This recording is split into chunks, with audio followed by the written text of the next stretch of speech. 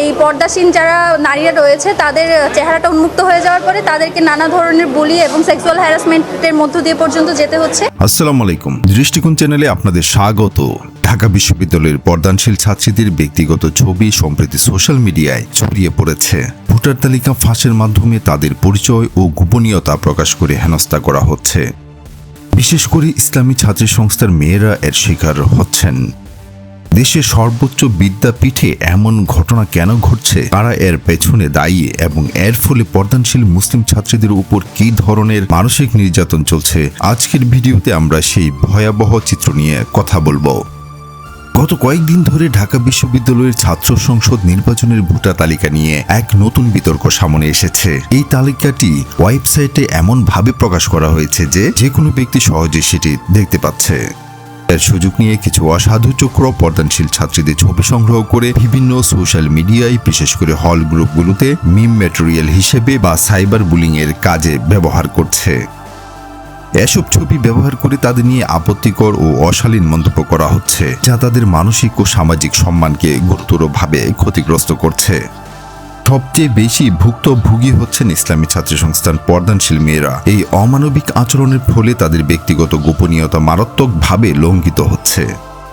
বিশ্ববিদ্যালয়ের মতো একটি নিরাপদ স্থানে তাদের এমন হেনস্থার শিকার হওয়াটা অত্যন্ত দুঃখজনক। তাদের অভিযোগ, এমনকি তাদের মুখাবয়ব নিয়েও আপত্তিকর মন্তব্য করা হচ্ছে, যা এক ধরনের হয়রানি। এই জঘন্য ঘটনায় বিশ্ববিদ্যালয় কর্তৃপক্ষের ভূমিকা নিয়েও প্রশ্ন উঠেছে। ভুক্তভোগী শিক্ষার্থীরা কর্তৃপক্ষকে একাধিকবার মৌখিকভাবে ও লিখিতভাবে অভিযোগ জানালেও কোনো কার্যকর পদক্ষেপ নেওয়া হয়নি। এই নীরবতার কারণে শিক্ষার্থীরা হতাশ হয়েছেন এবং বাধ্য হয়েছেন আইনি ব্যবস্থা নিতে।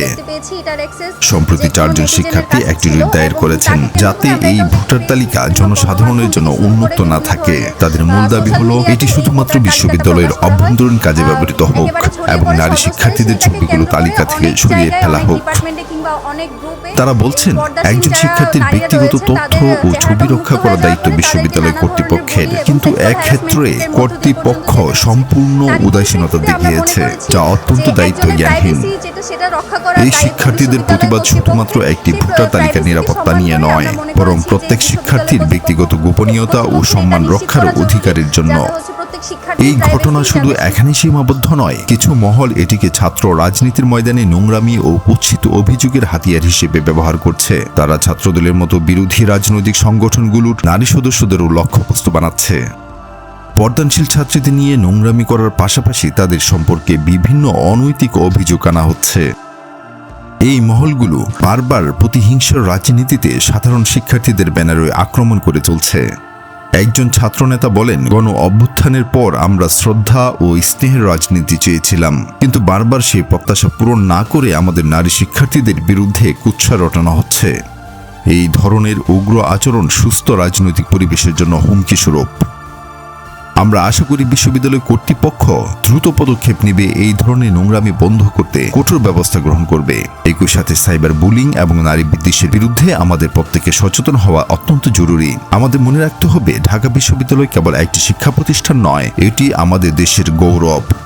তাই এর সম্মান রক্ষা করা এবং সকল শিক্ষার্থীকে একটি নিরাপদ ও মর্যাদাপূর্ণ পরিবেশ দেওয়া আমাদের সবার দায়িত্ব।